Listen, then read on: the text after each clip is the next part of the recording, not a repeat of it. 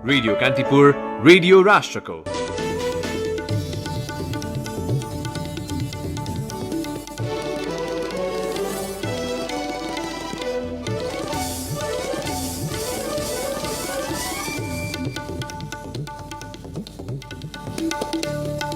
प्रधानमन्त्री ओलीद्वारा मन्त्रीमण्डल विस्तार, 8 जना मन्त्री र 1 राज्य मन्त्री थपिँदा 6 जना मन्त्रीको जिम्मेवारी हेरफेर, खेलकुद मन्त्री विश्वकर्मा र उद्योग राज्य मन्त्री दुगड पदमुक्त। प्रतिनिधि सभा विघटन गर्ने सरकारको निर्णयमा सर्वोच्च अदालतको कारण देखाउ आदेश, राष्ट्रपति र प्रधानमन्त्री कार्यालयबाट निर्णयको सक्कल फाइल झिकाउन आदेश, आफूहरू आधिकारिक रहेको दाबीसहित नेकपाको दाहाल नेपाल समूहद्वारा निर्वाचन आयोगको ध्यानाकर्षण।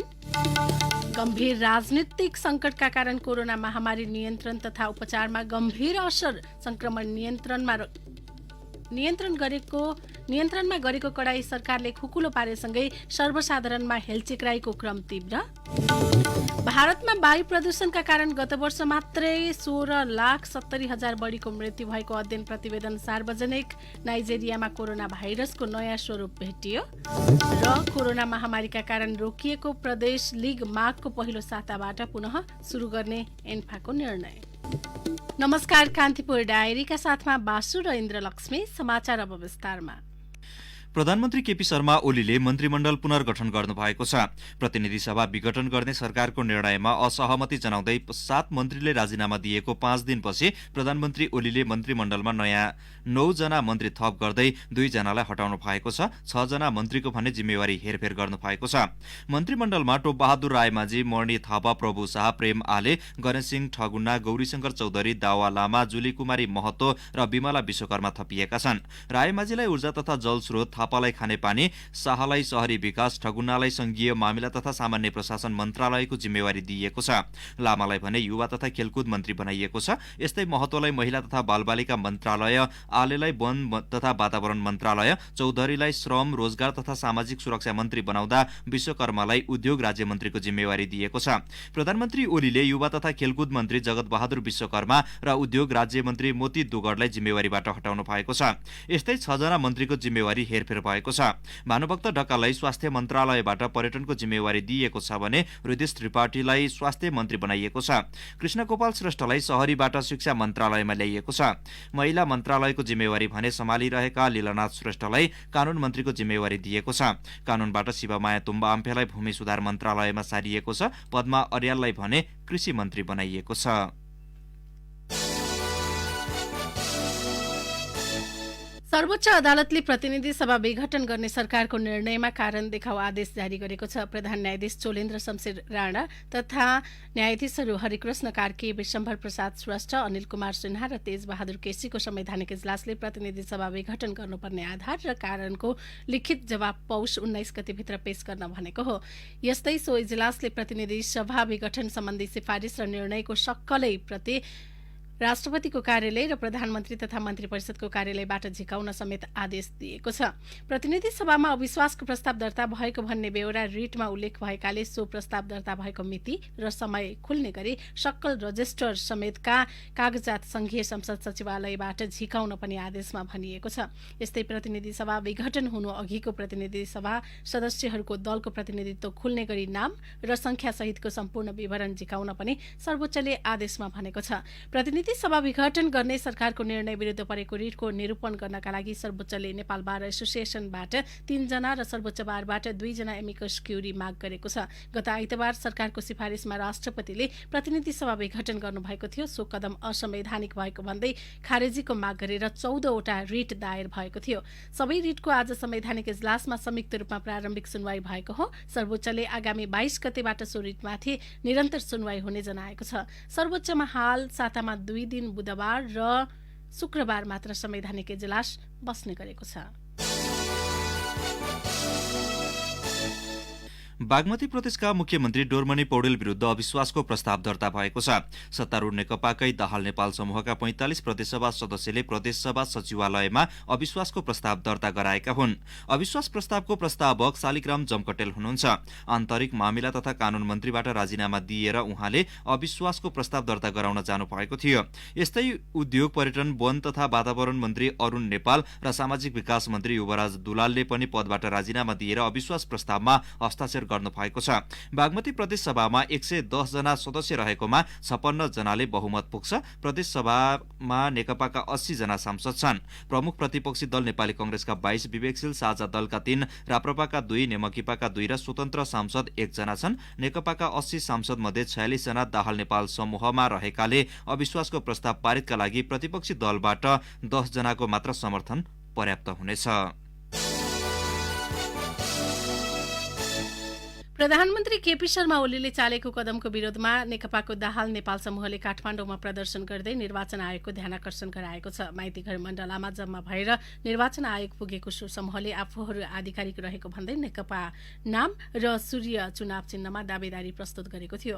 नेकपा प्रवक्ता नारायण काजी श्रेष्ठले आफूहरूले प्रमुख निर्वाचन आयुक्तलाई भेटेर पार्टीको केन्द्रीय कमिटी बैठकमा उपस्थित भएका मध्ये माइन्युटमा हस्ताक्षर गर्ने 295 जनाको आधिकारिक प्रतिलिपि बुझाएको बताउनुभयो। जवाफमा प्रमुख निर्वाचन आयुक्त दिनेश थपलियाले राजनैतिक दल सम्बन्धी ऐन कानून हेरेर नेपालको आधिकारिक विवाद चाँडै टुङ्गोमा पुर्याउने आश्वासन दिनुभएको थियो। अध्यक्षद्वय पुष्पकमल दाहाल र माधव कुमार नेपाल, वरिष्ठ नेता झलनाथ खनाल सहित पार्टीका शीर्ष नेताहरूको उपस्थितिमा प्रदर्शन भएको हो। नेकपा अध्यक्ष पुष्पकमल दाहालले नेकपालाई केपी शर्मा ओलीले फुटाएको आरोप लगाउनु भएको छ। प्रधानमन्त्री ओलीकै कारण नेकपामा एमाले गुट जीवित रहेको दाहालको भनाइ थियो। काठमाडौँमा आज पत्रकार सम्मेलन गरी अध्यक्ष दाहालले ओलीलाई आफूले चिन्न नसकेको र सहमति भएका कुरा छोड्दै जानु भूल भएको पनि बताउनु भयो।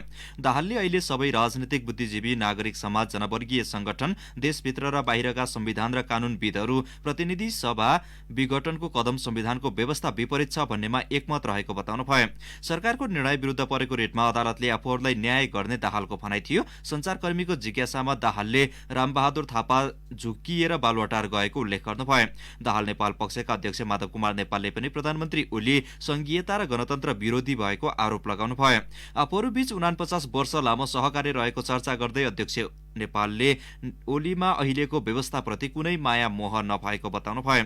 सोही पत्रकार सम्मेलनमा वरिष्ठ नेता झलनाथ खनालले ओलीलाई गोमन सर्पको संज्ञा दिनुभयो। नेपाली कांग्रेसले प्रतिनिधि सभा विघटन विरुद्ध सम्पूर्ण शक्ति केन्द्रित गर्न भन्दै केन्द्रीय कार्य समिति बैठक पौष 19 गतेसम्मका लागि स्थगित गरेको छ। ललितपुरको सानेपा स्थित पार्टी मुख्यालयमा गत मंगलबारबाट शुरू भएको कार्य समिति बैठक ठोस एजेण्डा तय नगर्दै 8 दिनका लागि स्थगित भएको हो। आगामी सोमबार 165 वटै निर्वाचन क्षेत्रमा गर्ने विरोध प्रदर्शनमा नेताहरू केन्द्रित हुनुपर्ने भएकाले बैठक 8 दिन स्थगित गरिएको पछि अर्थात् 8 दिन स्थगित गरिएको प्रवक्ता विश्वप्रकाश शर्माले जानकारी दिनुभयो। हिजोको केन्द्रीय कार्य समिति बैठकले प्रधानमन्त्री केपी शर्मा ओलीको असंवैधानिक कदम विरुद्ध सबै निर्वाचन क्षेत्रमा प्रदर्शन गर्ने निर्णय गरेको थियो। सिंगो पार्टी पंक्ति नै सरकारको असंवैधानिक कदम विरुद्ध प्रदर्शनमा केन्द्रित हुने निर्णय गर्दै जारी केन्द्रीय कार्य समिति बैठक स्थगित गर्ने निर्णय भएको प्रवक्ता शर्माको भनाइ छ। कांग्रेसले आगामी बिहिबार राष्ट्रिय एकता तथा मेलमिलाप दिवस समेत मनाउँदैछ। यसैबीच प्रतिनिधि सभा विघटन विरुद्ध जनता समाजवादी पार्टीले आज सरकार विरुद्ध 77 वटै जिल्लामा प्रदर्शन गरेको छ। यस्तै भोलि पनि सबै जिल्ला सदरमुकाममा मसाल जुलुस र आगामी सोमबार काठमाडौँमा जनप्रदर्शन गर्ने जसपाले जनाएको छ। कान्तिपुर डायरीमा अब ब्रेकको पालो। कान्तिपुर डायरीमा अब बाँकी प्रसंग। सुरुमा कान्तिपुर सविस्तार। कान्तिपुर सविस्तार। सत्तारूढ दलभित्र देखिएको संकटले राष्ट्रिय राजनीतिमा आएको उतार चढावको छाया कोरोना संक्रमण महामारी नियन्त्रण तथा उपचारमा पनि निश्चित प्राय छ। राजनीतिक संकटले सड़क र बन्द कोठामा बढाएको भिडले संक्रमण बढ्न सक्ने भन्दै सरकारवालाले चिन्ता व्यक्त गर्न थालेका छन्। स्वास्थ्य सुरक्षा मापदण्डको पालना न्यून हुनु तर सर्वसाधारणको दैनिकी सामान्य बन्दै जानुले नै जोखिम बढाइरहेका बेला आकस्मिक रूपमा भएको राजनीतिक उतार चढावले संक्रमण नियन्त्रण थप चुनौतीपूर्ण बन्ने देखिएको छ। पछिल्लो समय कोभिड-19 संक्रमण दर केही घटे जस्तो देखिए पनि यसको वास्तविक कारण पहिचानमा सरकारी चासो देखिन्न। कन्ट्याक्ट ट्रेसिङ र समग्र परीक्षण नै कम भएकाले संक्रमण दर कम भएको कतिपयको अनुमान छ। कतिपय भने भाइरस नै प्राकृतिक रूपले कमजोर भएकाले संक्रमण कम फैलिएको तर्क गर्छन्। संक्रमण दर घट्नुको वास्तविक कारण पहिल्यै नसके पनि तथ्याङ्कलाई मात्रै हेरेर संक्रमण नै निर्मूल भए चाहिँ सार्वजनिक स्थलहरूमा मानिसहरूको भीड़ बढ्न थालेको छ। निजी तथा सरकारी कार्यालय, सार्वजनिक स्थल लगायत सामान्य रूपमा खुलिसकेको तर स्वास्थ्य सुरक्षाका मापदण्ड पूर्ण रूपमा पालना नभएकाले जोखिम कायमै रहेको अवस्थामा मुलुकमा विकास भएको राजनैतिक घटनाक्रम स्वास्थ्य सुरक्षाका लागि सुखद नभएको जनस्वास्थ्यविद डाक्टर शेरबहादुर पुन बताउँछन्। यो जुन अस्वाभाविक अनएक्सपेक्टेड जुन राजनीतिक ट्विस्ट आछ र यसले जुन सरगर्मी एउटा माहौल एउटा तताएको छ जुन चाहिँ हाम्रो लागि राम्रो संकेत चाहिँ होइन। स्वास्थ्यको हिसाबले हामीले हेर्दाखेरि पक्कै पनि केही पार्टीका अब गतिविधिहरू बढी मात्रामा सडकमा होला भने कतिपय पार्टीको गतिविधिहरू बन्द कोठामा बढी होला। यो दुवै संक्रमण फैलिनको लागि चाहिँ राम्रो प्लेटफर्म हो। मुलुकमा देखिएको राजनैतिक उतार चढावले सरकारवाला सम्पूर्णको ध्यान कोरोनाबाट मोडिए झै छ। राज्य पक्षले संक्रमण नियन्त्रणमा गरेको कडाई खुकुलो पारेसँगै हेलचेक्राई चरम रूपमा बढेको छ। यसले संक्रमणको दोस्रो लहरको जोखिम थपेको छ। नेपाल चिकित्सक संघका अध्यक्ष डाक्टर लोचन कार्की जनस्वास्थ्यको मापदण्डमा अपनाउनु पर्ने बेलामा अब आन्दोलनहरू भइरहने गर्दाखेरि भिडभाड हुने गर्दाखेरि त त्यसले पनि झन् यो जोखिम बढाउने नै छ। र अर्को कुरा चाहिँ अब जीवन स्वास्थ्य मन्त्रालयले पनि पछिल्लो समय हेर्दै जाँदाखेरि चाहिँ कोरोना छैन जस्तो गरिकन भोलि प्रेस रिलिज सधैँ हुन्थ्यो, आजकल त्यसलाई घटाइयो। त्यस पछाडि आएर टेस्टहरू हेर्ने हो भनेदेखि पहिलेको भन्दा निकै कमहरू पनि भएको देखिन्छ।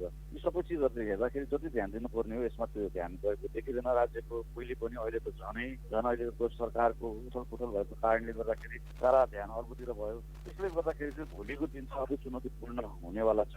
कोरोना संक्रमण नियन्त्रणमा राज्य संवेदनशील नभएको आरोप पुरानै हो। अहिले त झन् राजनैतिक संकट सरकारका लागि राम्रो बहाना बनेको छ। विश्वमा कोरोना भाइरसको परिवर्तित स्वरूप देखिन थालेकाले थप सतर्कता अपनाउनु पर्ने देखिन्छ। तर अहिलेको राजनैतिक अवस्थाले संक्रमण नियन्त्रणमा चुनौती त थपिएको छ नै, कोरोना विरुद्धको खोप खरिद प्रक्रियामै असर पुग्न सक्ने आशंका बढाएको छ।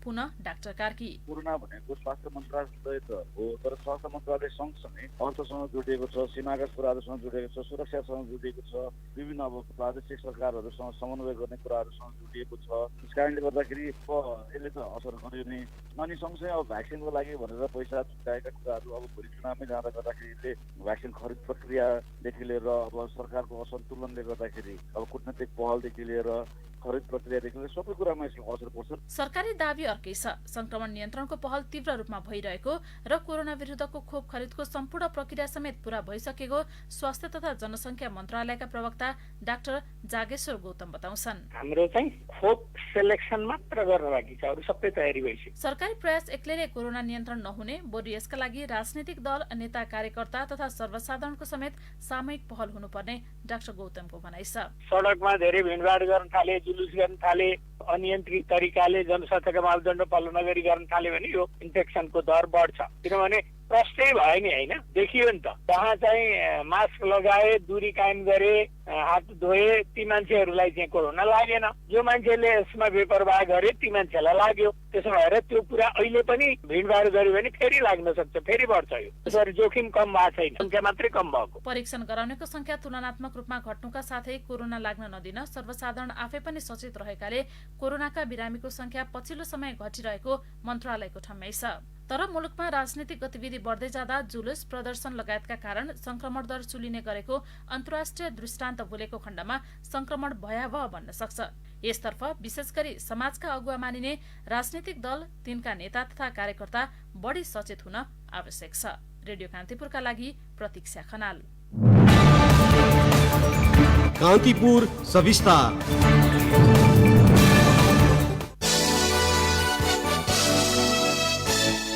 नेपालमा पछिल्लो 24 घण्टामा कोरोना संक्रमणका कारण थप 8 जनाको मृत्यु भएको छ। यो सँगै संक्रमणबाट नेपालमा मृत्यु हुनेको संख्या 1816 जना पुगेको छ। सोही अवधिमा 4142 पीसीआर परीक्षण हुँदा 608 जना कोरोनाका नयाँ संक्रमित थपिएको स्वास्थ्य तथा जनसंख्या मन्त्रालयले जनाएको छ। हालसम्म नेपालमा कोरोना संक्रमितको कुल संख्या 2,57,200 पुगेको छ। 24 घण्टामा 892 जना संक्रमण मुक्त भएका छन्। यो सँगै संक्रमण मुक्त हुनेको संख्या 2,48,292 पुगेको छ। देशभरि सक्रिय संक्रमितको संख्या 7,000 हालसम्म 7,092 छ।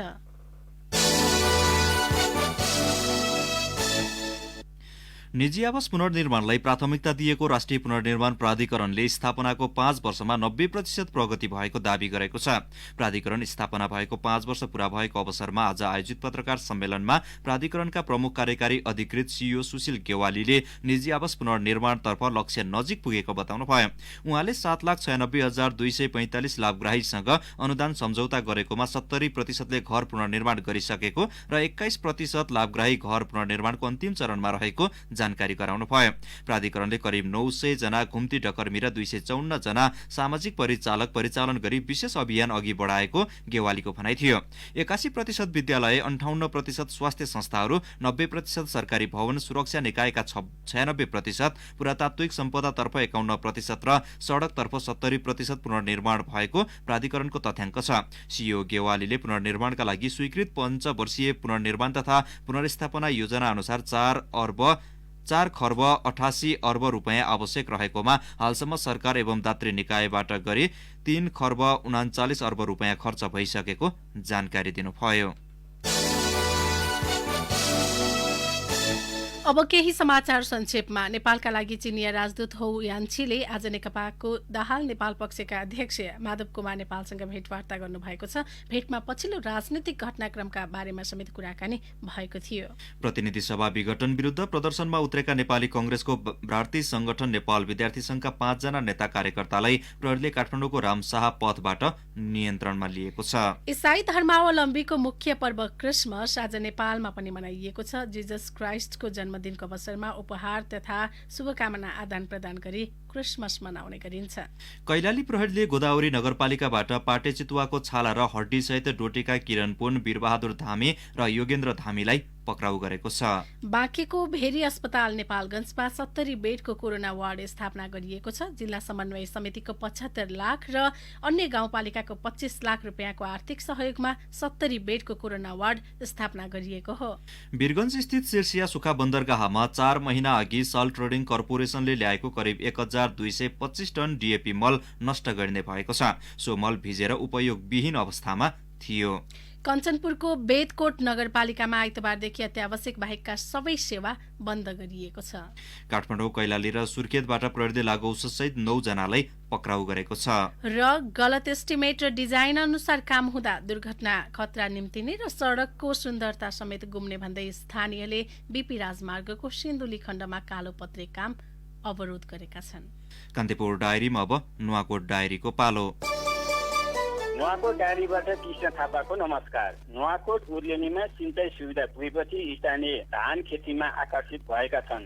सो अघि उर्लेनीवासी मकै र कोदो खेतीमा मात्र सीमित थिए। सुपाङ खोला सिंचाइ आयोजना निर्माण भएपछि स्थानीय किसानले समर्थक फाँटमा धान, गहुँ, तोरी खेती गर्न थालेका छन्। गाउँमा सिंचाइ सुविधा पुगेपछि सिजन अनुसारको तरकारी खेती समेत फस्टाउन थालेकाले आमदानीको स्रोत समेत बढेको कालचेकी चोक्साङ तामाङले बताइन्। स्थानीय किसान अर्जुन तामाङले शहरबाट लसुन, प्याज लगायत किनेर खानुपर्ने बाध्यता हटेको बताए।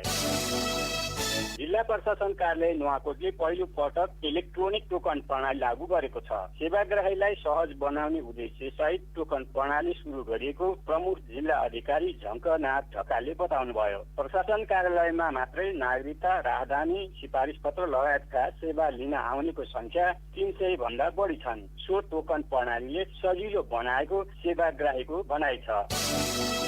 संसद पुनर्स्थापनाको माग गर्दै अनेरा सोभियुले विरोध प्रदर्शन गरेको छ। शुक्रबार नेकपा पार्टी कार्यालयबाट निस्केको विरोध प्रदर्शन विद्युत चोक, बजार, लोकतान्त्रिक चोक भई पार्टी कार्यालयमा सकिएको थियो। संसद विघटनको विरोधमा अनेरा सोभियुले सदरमुकाम विदुरमा विरोध प्रदर्शन गरेको हो। अनेरा सोभियुका उपसंयोजक विनोद कोइरालाको नेतृत्वमा प्रदर्शन भएको थियो। भूकम्प गएको 5 वर्ष 8 महिनामा जिल्लाका 232 वटा विद्यालयको पुनर्निर्माण भएको छ। यो कुल क्षतिग्रस्त 453 विद्यालय भवनको 50% मात्रै हो। पुनर्निर्माण सम्पन्न भएका विद्यालयमा पठन पाठन समेत सुरु भइसकेको छ। विद्यालय व्यवस्थापन समिति मार्फत 232, जापान सरकारको ऋण सहयोगमा 50, भारतको अनुदान सहयोगमा 4 वटा विद्यालयको भवन निर्माणाधीन छन्। हस्त नुवाकोट डायरी आजलाई यति नै। कृष्ण थापालाई बिदा दिनुहोस्। नमस्कार। नुवाकोट डायरीपछि कान्तिपुर डायरीमा पुनः ब्रेकको पालो। ब्रेकपछि अब आर्थिक प्रसङ्ग। काठमाडौँको नक्साल तरकारी बजारमा क्यूआर कोड मार्फत भुक्तानी सेवा सुरु गरिएको छ। तरकारी बजारका हरेक पसलमा क्यूआर कोड स्क्यान गरेर उपभोक्ताले भुक्तानी गर्ने व्यवस्था मिलाइएको छ। नेपाल राष्ट्र बैंक, सानिमा बैंक र नक्साल तरकारी बजारको समन्वयमा नेपालमै पहिलो पटक सञ्चालनमा ल्याइएको सेवाको आज राष्ट्र बैंकका गभर्नर महाप्रसाद अधिकारीले शुभारम्भ गर्नुभएको हो। विदेशमा देखेको र चलेको क्यासलेस सिस्टम सुरु गरिएको भन्दै गभर्नर अधिकारीले मुलुकभर डिजिटल कारोबारलाई प्रवर्धन गर्न मुलुकभर क्यासलेस कारोबार विस्तार गरिने बताउनुभयो। कोभिड-19 को त्रासका बीच क्यूआर कोड मार्फत डिजिटल भुक्तानी गर्दा जोखिम न्यूनीकरण हुनुका साथै यस प्रविधिले राज्यको सुशासन र व्यक्तिको आचरणमा समेत सकारात्मक परिवर्तन ल्याउने उहाँको भनाइ थियो।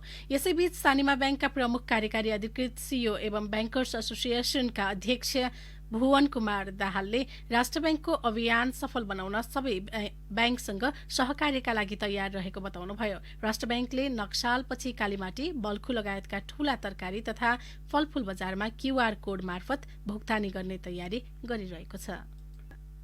अब अन्तर्राष्ट्रिय प्रसंग। भारतमा वायु प्रदूषणका कारण सन् 2019 मा मात्रै 16,70,000 भन्दा बढी मानिसको ज्यान गएको एक अध्ययनले देखाएको छ। यो संख्या भारतमा सो वर्ष भएको कुल मृत्युको 18% हो। प्रदूषणकै कारण भएको मृत्यु र फैलिएको रोग नियन्त्रणका लागि भएको खर्चले कुल ग्रास्त उत्पादनमा पनि असर परेको छ। भारतको कुल ग्रास्त उत्पादनमा प्रदूषणकै कारण $36.8 बिलियन घाटा भएको प्रतिवेदनमा उल्लेख छ। द लेसेन्टद्वारा जारी प्रतिवेदनका अनुसार प्रदूषणका कारण ज्यान गुमाउनेमा अधिकांश राजधानी दिल्ली र उत्तर प्रदेशका छन्। सन् 2017 को तुलनामा 2019 मा वायु प्रदूषण र विषाक्त हावाका कारण धेरै मानिसको ज्यान गएको प्रतिवेदनमा उल्लेख छ। प्रदूषणका कारण श्वास प्रश्वास सम्बन्धी रोग, मुटु सम्बन्धी रोग, मोतिया बिन्दु लगायतको रोगमा वृद्धि भएको प्रतिवेदनले जनाएको छ। भारतकै सबैभन्दा बढी प्रदूषण हुने शहरको सूचीमा रहेको दिल्लीवासीले 12 महिना वायु प्रदूषणको सामना गर्नु परिरहेको जनाइएको छ। धेरै जनसंख्या र सवारी साधन, कल कारखाना तथा उद्योगले सबैभन्दा बढी प्रदूषण फैलाइरहेको प्रतिवेदनमा उल्लेख छ। भारतकै अर्को प्रसंगमा भारतका किसान चरम गरिबीको रेखातर्फ धकेलिँदै गएको विश्लेषण गर्न थालिएको छ। बीबीसी रिपोर्टका अनुसार भारतमा किसानको जीवनस्तर दिन प्रतिदिन खस्कदै गइरहेको पाइएको हो। विश्व बैंकको तथ्याङ्क अनुसार भारतमा 40% भन्दा बढी मानिस कृषिमा जोडिएका छन्। विशेषतः भारतको ग्रामीण घरेलु आयसँग जोडिएको कृषि क्षेत्रमा जोडिएका ती किसानको विकासको गति भने अत्यन्त सुस्त रहेको बताइएको छ। Organisation for Economic Cooperation and डेभलपमेन्टको रिपोर्ट अनुसार भारतमा किसानको आय सन् 2013 यता मात्रै 2% बढेको छ, जबकि सन् 2017 मा सरकारले सन् 2022 सम्म किसानको आय 2 गुणा पुर्याउने घोषणा गरेको थियो। त्यस आधारमा पनि उनीहरूको आयमा 10.4% वृद्धि हुनुपर्ने देखिन्छ। तर किसानको अहिलेको अवस्थाले सरकारी लक्ष्य पूरा हुने कुनै संकेत नदेखिएको बीबीसीले उल्लेख गरेको छ। यस्तै सन् 2016 मा National Bank for Agriculture and Rural डेभलपमेन्टले गरेको एक सर्वेले किसानहरू ऋणमा डुबेको र 3 वर्षमा उनीहरूले तिर्ने ऋण दोब्बर बढी भएको उल्लेख गरिएको थियो। अफ्रिकी मुलुक नाइजेरियामा कोभिड-19 को नयाँ स्वरूप भेटिएको छ। भाइरसको परिवर्तित स्वरूप फेला परेसँगै अफ्रिकाको रोग नियन्त्रण निकायले थप अनुसन्धान आवश्यक रहेको बताएको छ। भाइरसको यो स्वरूप बेलायत र दक्षिण अफ्रिकामा देखिएको भन्दा पनि फरक रहेको अफ्रिकाको रोग नियन्त्रण र रोकथाम केन्द्रका प्रमुख जोन नेकेन सोङलाई उद्धृत गर्दै अल जजिराले जनाएको छ। कोभिड-19 को परिवर्तित स्वरूप भेटिएसँगै अफ्रिकी मुलुकहरूको बढी जनसंख्या रहेको स्थानमा नमूना परीक्षण सुरु भएको छ। नाइजेरियाको ओसन राज्यमा अगस्त 3 र अक्टोबर 9 मा 2 जना बिरामीमा गरिएको नमूना परीक्षणमा सो भाइरस पत्ता लागेको हो। गत साता गरिएको परीक्षणमा नाइजेरियामा 52 र दक्षिण अफ्रिकामा 40% प्रसार दर बढेको प्रमुख सोङको भनाइ थियो। अब खेल प्रसंग। अखिल नेपाल फुटबल संघ एन्फाले प्रदेश लीग पुनः सुरु गर्ने निर्णय गरेको छ। कोरोना महामारीका कारण स्थगित प्रदेश लीगका बाँकी खेल माघको पहिलो साताबाट सुरु गर्ने निर्णय एन्फाले गरेको छ। प्रदेश 1 कर्णाली, गण्डकी र लुम्बिनी प्रदेशले प्रदेश लीग सके पनि बागमती, सुदूरपश्चिम र प्रदेश 2 को लीग स्थगित भएको थियो। एन्फा कम्प्लेक्स 7 बाटोमा शुक्रबार बसेको एन्फा पदाधिकारी र प्रदेशका प्रतिनिधि बीचको छलफलमा स्थगित लीग सञ्चालन गर्ने निर्णय भएको हो। प्रदेश फुटबल संघले लीग सञ्चालनको विस्तृत विवरण एक साताभित्र एन्फामा पठाएपछि लीगको तालिका सार्वजनिक हुने लीग निर्देशक सञ्जीव मिश्रले बताउनुभयो। एन्फाले प्रदेश लीगका च्याम्पियनलाई समावेश गर्दै प्रेसिडेन्ट लीग गराउने तयारी गरेको छ। प्रेसिडेन्ट लीगका शीर्ष क्लबलाई ए डिभिजन लीगमा समावेश गर्ने एन्फाको योजना छ। एन्फाले स्थगित बनेको BC र महिला लीग सञ्चालन गर्ने निर्णय यसअघि नै गरिसकेको छ। हवस् त यिनै प्रसङ्गसँगै कान्तिपुर डायरीका आजका हाम्रा सम्पूर्ण बुलेटिन यही सकिन्छन्। भोलि बिहान 6:30 बजे हाम्रा नियमित बुलेटिनका साथमा हामी उपस्थित हुनेछौँ। तबसम्मलाई बासु र इन्द्रलक्ष्मी बिदा हुन्छौँ। नमस्कार, शुभरात्रि।